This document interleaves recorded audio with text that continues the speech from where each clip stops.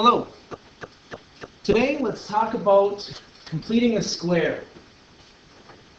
Now this process is a lot to take in, so sometimes it's nice to look at.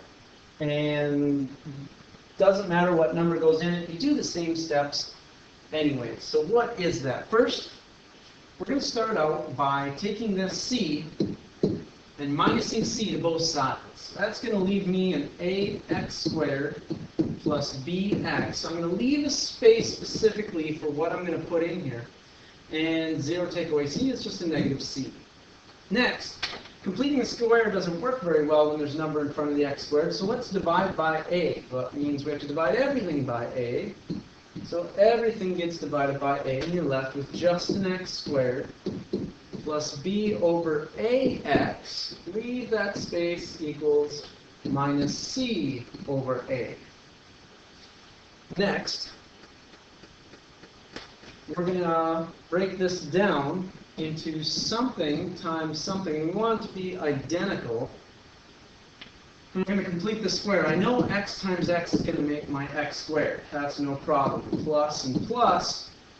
And I'm always going to take whatever this value is, I'm going to take half of it. Well, since it's already a fraction, I'm going to write this as b over 2a, and that 2 is going to cut it in half. So b over 2a, and then I can, by looking at this, know that I need to add to both sides, I need to multiply these two together. So plus b times b is a b squared over 2 times 2 is 4, and a times a is a squared. So if I add a b squared over 4a squared on the left, I have to come over here and go plus b squared over 4a squared on the right. Now I can factor this down into the x plus b over 2a that it is, times itself, or let's just call that an x plus b over 2a squared. And we know that this is going to equal, now I can't combine those fractions until I have common denominators. I already have an a down here, so I guess I just need to go times another 4a on the bottom and times another 4a on top.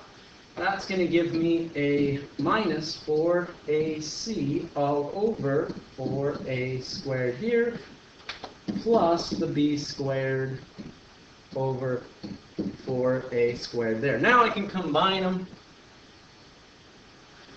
And when I do that, let's write it as, I don't like that negative out front there, so let's put the b squared first, and let's put the minus 4ac second. And then we can put it all over one big 4a squared. Now, what I'm going to end up doing with this x plus b over 2a squared, I'm going to undo that squared by square rooting both sides. Square rooting everything. When I square root everything on the left, I just get the x plus b over 2a equals, oh, and when you square root, please don't ever forget this plus and minus. This plus and minus helps out. Now, the top I really can't do a whole lot with, because that just depends on what those numbers are. B squared minus 4ac.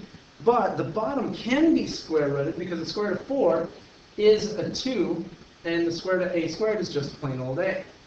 Now last, let's minus this b over 2a to both sides, minus a b over 2a, and you get your x equals negative b plus and minus the square root of b squared minus 4ac all over 2a. Now, I don't know if this looks familiar to you, but this is the quadratic formula.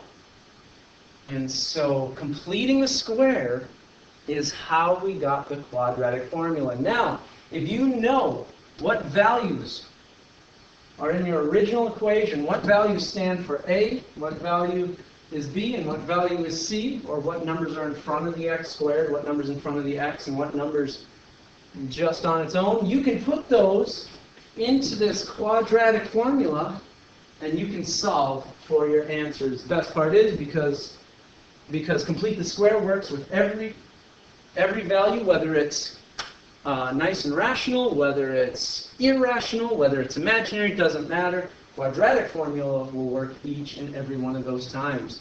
So that's where that thing came from. Hopefully seeing the square root process helped you a little bit.